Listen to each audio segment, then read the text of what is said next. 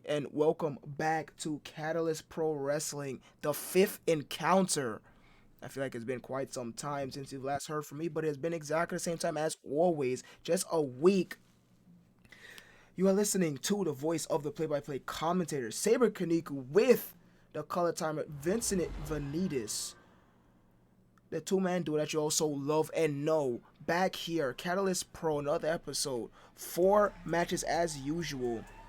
Last week we saw quite some stuff, and we've seen a continuation from what we saw last week. Last week we saw Pat go one-on-one with Chimera 2 after their draw in that tag team match. Pat coming out on top in a pretty dominant fashion. Now we will see Calvin Harris versus Chimera 1.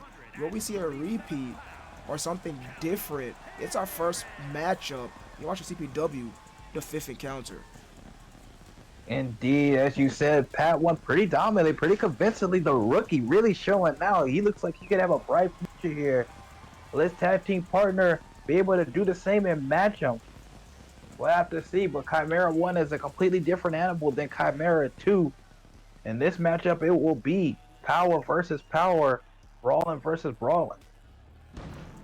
Yeah, a bit of a different matchup it was last week, as Chimera 2 more of the high flying of the two, while Pat kind of a hybrid wrestler, can do a little bit of everything. The only thing I really haven't seen him do is a bit of submission and technical wrestling, but here is more evenly matched.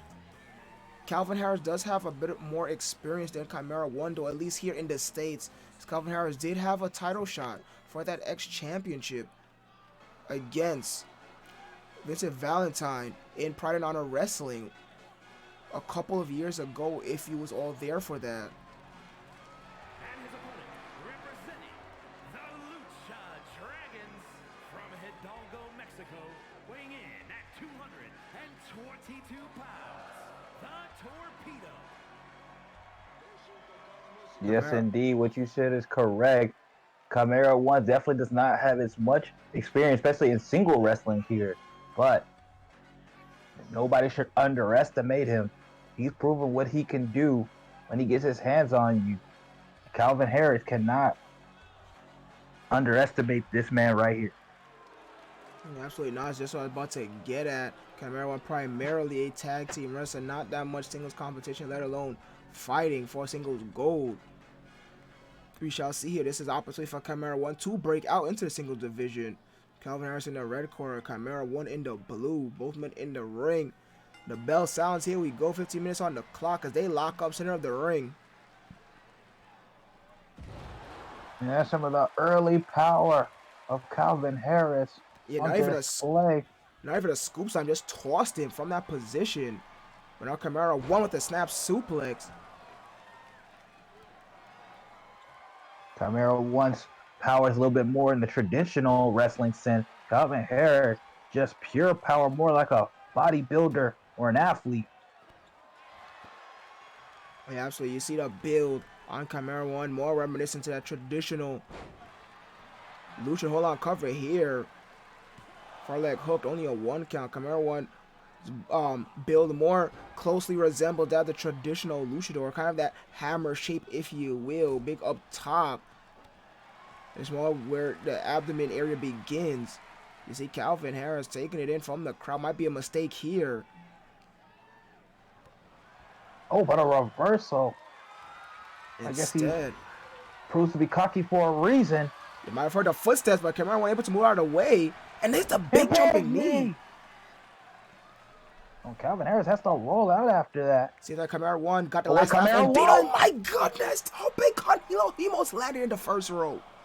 And there's that lucha style. Who said he couldn't do something high flying? Yeah, absolutely. It's Calvin Harris goes running after it, but Chimera 1 gives him the rope-a-dope immediately size in the ring.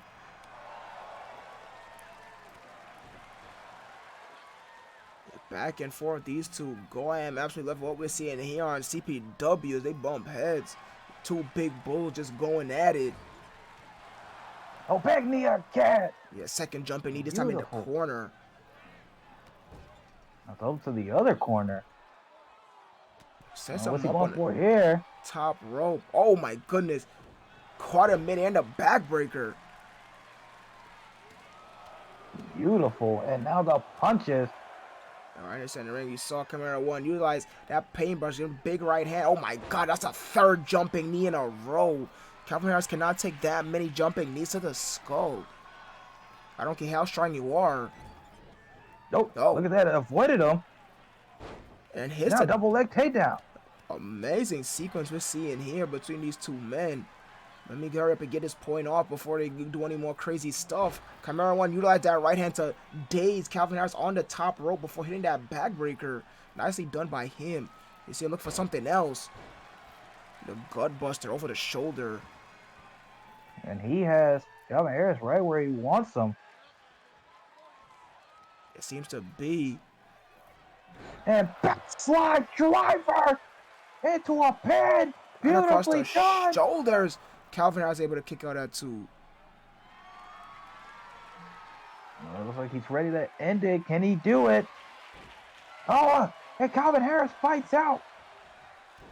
And pop-up punch. And hits the pop-up punch instead out of nowhere. Immediately goes into the cover, tries to end it. And almost, but Chimera One with the kick out. Picks him up. Could he be going for it? So, punch. Huge that be Superman punch, center of the ring. Could be it right here. Yes, it is. What a match. Looks like Chimera One had Calvin Harris in trouble, but Calvin Harris with a nice reversal and two big punches. His power doesn't take that much when you're that strong. Here we go, similar action in the replay. You saw Chimera One hit that back slide driver. Calvin Harris able to kick out and immediately turn it around. Two big punches to end it all. Center of the ring. Calvin Harris walks away with his first victory. You see that shiner over the left eye though, not without a fight. Chimera One surely made him work for it. Indeed, but him and Pat, big victories with momentum. Calvin Harris trying to bounce back, and that is a great way to start. Great way to start indeed. Just like it was a great way to start the fifth encounter as we move on to our second contest of the evening. Triple threat action, more debuting talent for you all. We have such a big roster. CPW does not want to leave anybody behind. We give every single person here on the roster a time to shine, a time to show you what they're worth.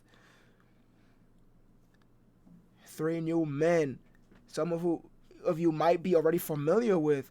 Ken Tanaka, who you see in the middle, will be taking on Marco to your left, and finally Mason Masters to your right. Triple threat action, one fall to a finish, not a three-way dance. The difference between a triple threat and a three-way dance is three-way dance is elimination style. Triple threat, one fall to a finish. Completely different mindset here. And it is next.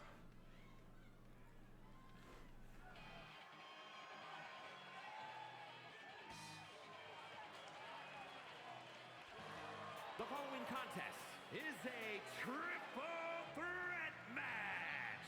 Making his way to the ring, representing the Brain Busters. From Manchester, England, weighing in at 221 pounds, the future Ken Tanaka. Ken Tanaka making his way out here first in this triple threat. We saw his tag team partner and mentor, White Tiger, in the very first encounter lose against Daiki, the younger wrestler. I know Ken Tanaka wants to get a bit of revenge. You know, both Daiki and Daichi are not in this match. He wants to get some momentum both for himself and the tag team that he is in.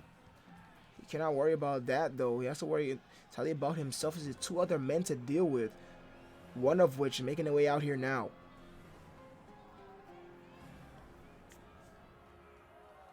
And his opponents, first representing MSK from Milan, Italy, weighing in at 201 pounds, Pretty Boy Marco.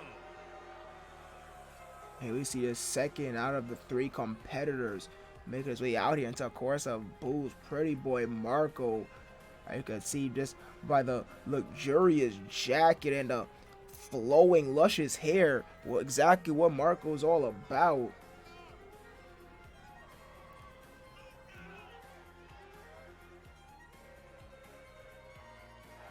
The fancy gear, And the entrance camera solely and exclusively on him. A bit narcissistic, some might say.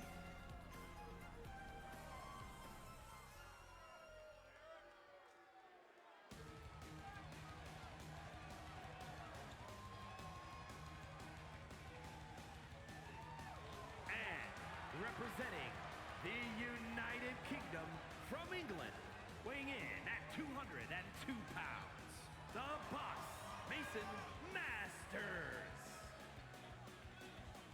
The final of the three coming out. And in a suit no less. Is he going to fight within that suit? I'm actually unsure. Mason Masters. The three completely different. You can tell just by their appearances and their entrances how different they are to each other. Mason Masters in this very pristine suit. Marco with a luxurious fur. And Ken Tanaka in a traditional wrestling gear. On what's going to go on here in a triple threat. Yes, indeed. Can't wait to see it happen. 3 different styles of these 3 men. Here we go. How will this turn out? Oh, big boot. Yeah, big boot floors Ken Tanaka. Mason Masters did indeed take off that suit. Ken with the quick knees to Marco. I think that might just piss him off hitting his moneymaker like that. Mason slides out to the outside. I thought he was buying some disc, but no, he gets a baseball bat instead. If we do seem to have those AEW style rules and no disqualification with triple threats are involved. Ken able to get that baseball bat out of Mason's head, but look at Mason going to work on both men simultaneously. Look at this capture suplex, my goodness. Ken wanted to get stand up.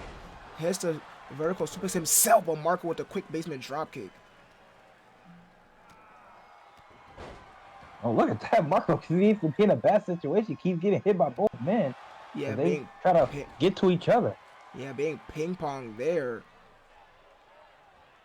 Now Ken gonna continue to go to work on Marco. Grabs the bat himself now, and then go for the head. My goodness. Twice in a row, Marco completely dazed as Mason comes back, hits the Falcon Arrow. No, excuse me, the Michinoku Driver. Got a 1 count from it.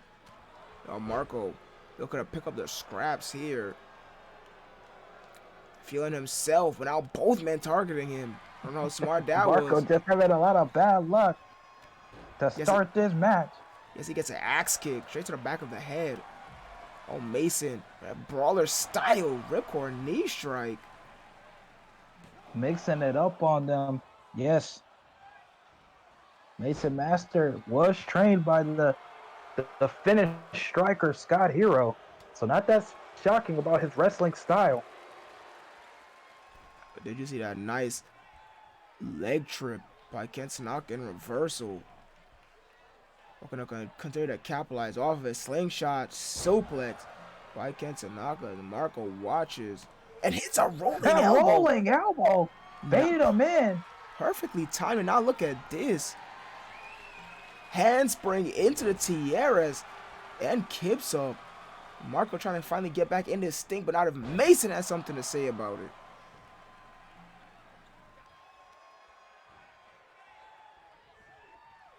Mason You with can really the see the influence of the Finnish striker on Mason Masters.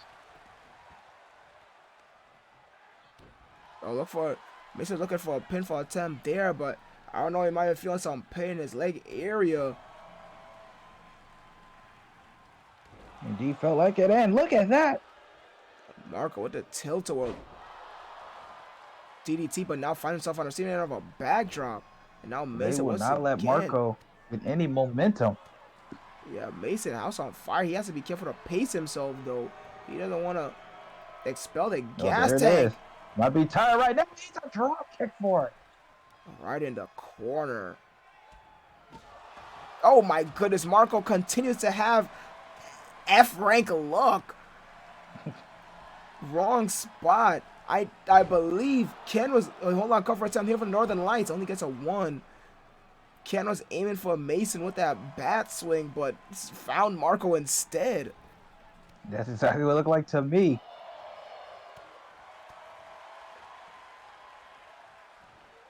Marco continues to be Oh, on the he's receiving quick. end. Snap suplex. Mason with the bat now. And oh my Oh, and he has God. Kenta Naka corrects him. I believe I could see some blood trickling down. The referee having a seizure as Tanaka hits the Snake Eyes in the neutral corner. And immediately goes for the cover, breaks it up, does Marco though.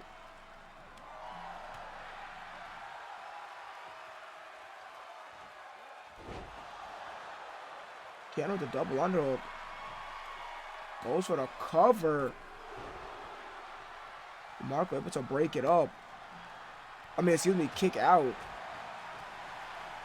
Mason continues to switch it up. The punches and kicks. Oh, and Poison Rana by Marco Beautiful on a springboard dropkick by Kenta Naka. Yeah, immediately eats a drop kick. Didn't even get time to celebrate from that point to Rana. And here you see Mason working on the knee.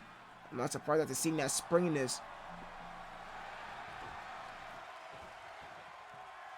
Goes for a cover, lets it go though. Now Marco has the bat. Drops it. Little takedown. Marco just Off cannot. straight. Oh, and now armbar. Oh my goodness, immediately transitions into the armbar. Nicely done. Center of the ring. Marco is able to fight out of it though. Marco just does not seem to be able to get a read. Oh, Mason, I guess a second drop kick, this time to the back. Oh, went for something. Mason Master doesn't get it. Big knee. And Marco still with F-tier luck. And now he eats a kick. Oh, but both of them are out of the ring. It's unfortunate, but Kenta Naka looking for something big here. Double axe handle. Keeps it simple, but nails it. Yeah, right across the shoulder blades of Mason. So he gets back in the ring now. Oh, I thought he was going to die. Yeah, me too, but I think he fainted instead. Had all of us fooled. Looking for that cattle mutilation. Marco is there though, immediately breaks it up. Oh, has a jumping complete shot, but Ken pops up immediately. Marco looking to steal it, trying to pick up the pace here. Flapjack, and immediately goes for the cover. Front leg hooked. Two. And gets and it. Gets it. Marco steals it. Marco Wow. absolutely steals it. Beautiful display. Hits that high shot into a flapjack. Perfectly played by Marco. Waited for Ken to completely hit that cattle mutilation. Then hit that jumping complete out of nowhere and that pop up flapjack to steal it. My goodness. Marco proving that he does not have F-rank luck at all. Well, picked his moment, picked his shot, and got the victory. That is high IQ stuff. And nicely done as he picks up his first victory in his debut matchup. As we already get to our semi-main event. My goodness, time is flying. As the ladies once again get the semi-main event spot. Two new ladies for you here in the Catalyst Pro Arena. Allison Alpha will be taking on Teresa the Lost. Singles competition. Yes, both of these ladies very different from the Nora. You see Allison Alpha with the face paint and the tattoo. And Teresa the Lost, she's actually a lot bigger than you think she is when you see her in the ring. Also with the tattoos and a face tattoo. These hardcore women, they both come from hardcore backgrounds. Should be very interesting to see them wrestle here. The following is scheduled for one fall. Making her way to the ring from the City of Angels, Allison Alpha. Allison Alpha. Right now, the ladies still try to gather up the music, very generic music, but Allison Alpha with a mask, very terrifying. That Jason-like hockey mask. Yeah, I was about to say that Friday the 13th reminiscent mask. Very intimidating indeed. I mean, I don't know if she'll be able to intimidate someone who has the name The Lost, but even still, intimidation factor's working on me at least. And from Newark, New Jersey, Teresa the Lost. And she is. There's Teresa the Lost. Hailing from Jersey. A lot of the prominent deathmatch promotions coming from that exact area. And a lot of crazy guys come from Jersey. Will we see the same type of insanity from her? I think it might be easy answer of yes. That kind of seems to be the theme here in Catalyst Pro.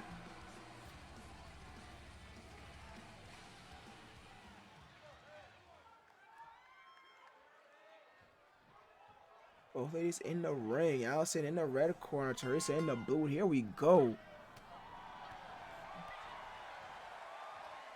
Teresa start off fast, but Allison catches her with a counter. And look at this monkey flip from the corner. That monkey flip straight out of the neutral corner. Nicely done. Now Allison with the drop kick. Straight between the shoulders.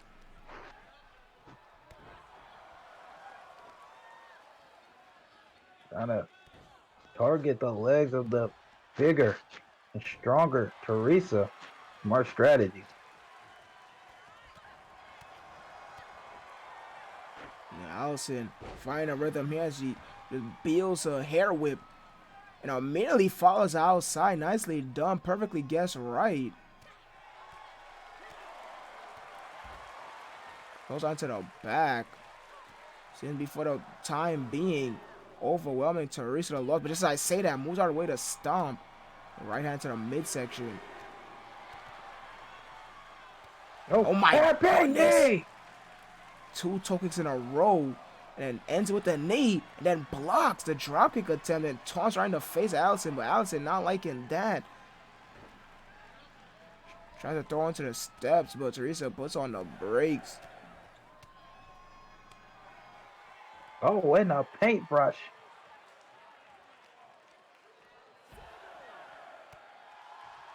These ladies just continue to brawl on the outside. Another Teresa had anything to say about she immediately throws Allison in. Second I said that, gets back in herself.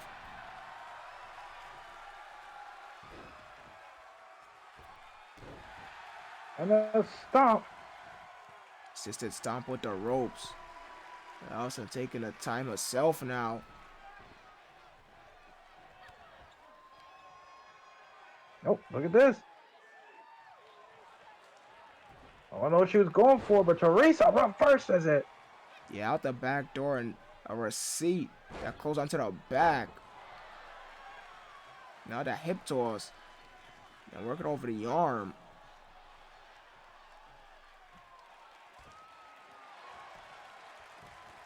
And rolls are over, going for the pin. But only one. Yeah, only one. What a kick out by Allison Alpha. Oh, looks like she punched her on a springboard. Rocked Allison. Oh, and then she hit her with a bigger punch. Felt that one. Oh, but look at this. Small package. Allison able to kick out at one. I mean, excuse me, Teresa able to kick out at one. And then hits a running knee. I think that just pissed her off. Allison trying to get that flash finish, that flash pin. Do that time. Big knee definitely rocked her. Yeah, Teresa, for that springboard punch, didn't get as much as she wanted, so instead just hit that big European. Won this time again for Teresa on that pinfall attempt. Referee was out of position though.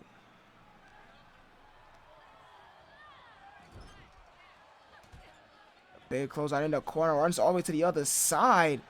Hits a second one. Then a big drop kick to the back of the head. Teresa looks like starting to find momentum. And now taunting back in the face.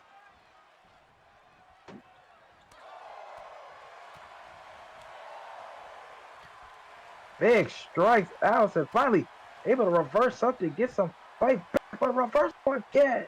You know, they're just standing toe to toe in the center of the ring, exchanging strikes. Well, Allison just completely runs through Teresa, but not for long. Oh my goodness! Hard. I don't know what the hell that was. Now. And got it. My goodness, the power of Teresa to loss. I just can't believe it. She looks back at her handiwork. I don't even know what the hell to call that. I thought she was going to go for like a sleeper suplex. You see some of the action here. And a big clothesline. This was the beginning of the end right here. There's that rip that just spins her out. Look at, you have to see it twice. That is some unholy power right there. Here is your winner, Teresa Polonis. Completely spin the inside out, like unraveling a thread of yarn. And gets the victory. Also stayed in control for majority of that match, but I think she knew exactly what type of power Teresa had, and there it was right there. As we take a quick commercial break, you don't want to go anywhere. Next is our main event. Stay tuned.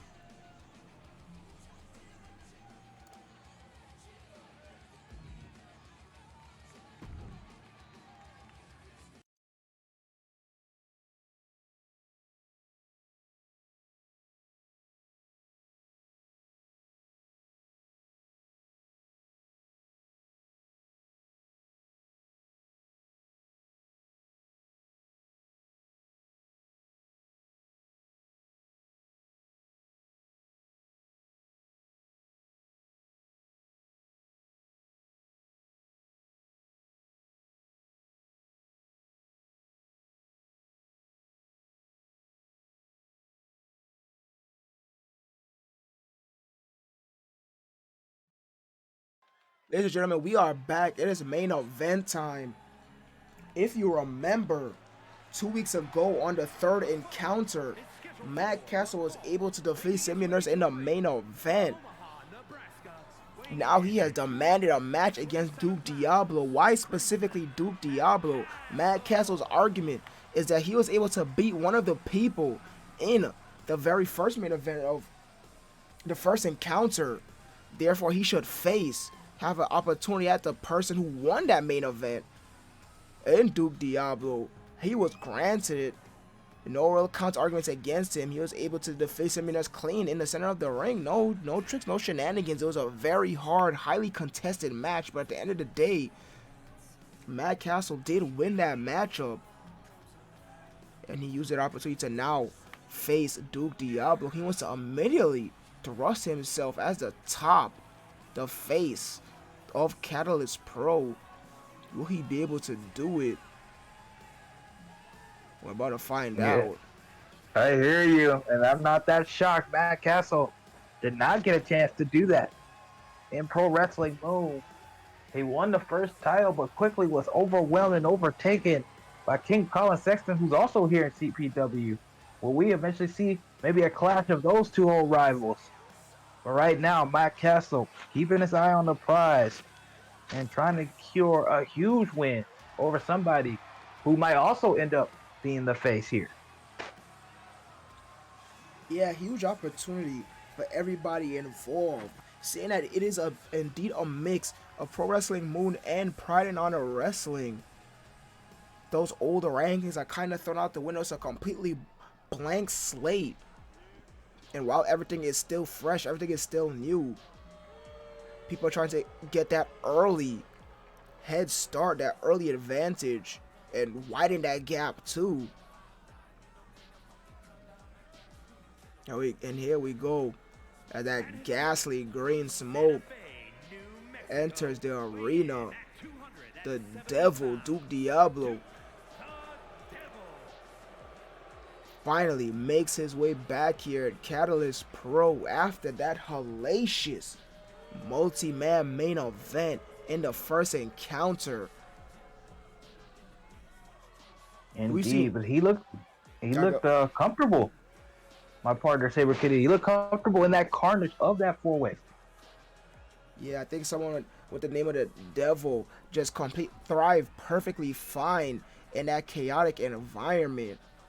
And that's probably one of the reasons why the matchmakers put him in that main event to begin with. He picked his spots perfectly, even though he himself took some damage. He did primarily seem to be in control, even sometimes from the shadows. He did seem to be in control of that main event. They wound up winning it in the end with the submission over Rip Koloff. Indeed, and that was a huge win. Not only did he win it, but he won it by submission. But the thing is, everybody who's come out of that match has lost their very next match. Will Duke be another victim to that? Yeah, that's exactly what I was going to bring up next. We have seen everybody else that was in that first main event here on Catalyst Pro in the following weeks, and they do have indeed lost. Was that first matchup a type of curse? Will Duke be able to break that curse, or will he fall to that curse as well? Maybe everybody in that match suffered some type of injury. I'm not sure, but we're about to find out. So it's main event time. Matt Castle in the red corner, Duke in the blue. Here we go, main event time. CPW, the 5th encounter. Oh, wait! Look at this already! Already jumping! Don't stop! Tombstone pile driver. He looks over the body. Oh, Matt Castle, my goodness. Is it over already? Matt Castle completely limp. Is it over? Yes, it is. The devil is here in CPW. I'm completely speechless. I mean, completely speechless. And Matt Castle asked for this. He asked for the devil in arms. Duke proving how different he really is. In 2 seconds, this match ended. I mean, that jumping pile driver, my goodness. I'm completely speechless. The crowd booing. I'm surprised that they could even react. But that jumping pile driver, I don't know. Matt Castle might. Hey, he's still not moving. He might even get stretched out. I don't know if he might have gotten his neck broken from that or what. But regardless, Duke Diablo seeming to have broken the curse, or maybe he's the one who put that curse to begin with. We're just going to have to continue to follow CPW and see how this turns out. We have yet to see Colin Sexton back as well. Is Duke and Colin on a collision course with each other? We've also haven't seen Ryo Takahashi in some time, but unfortunately we're out of time. I can't keep speculating. We'll see you all next week. Until then, good night, everybody.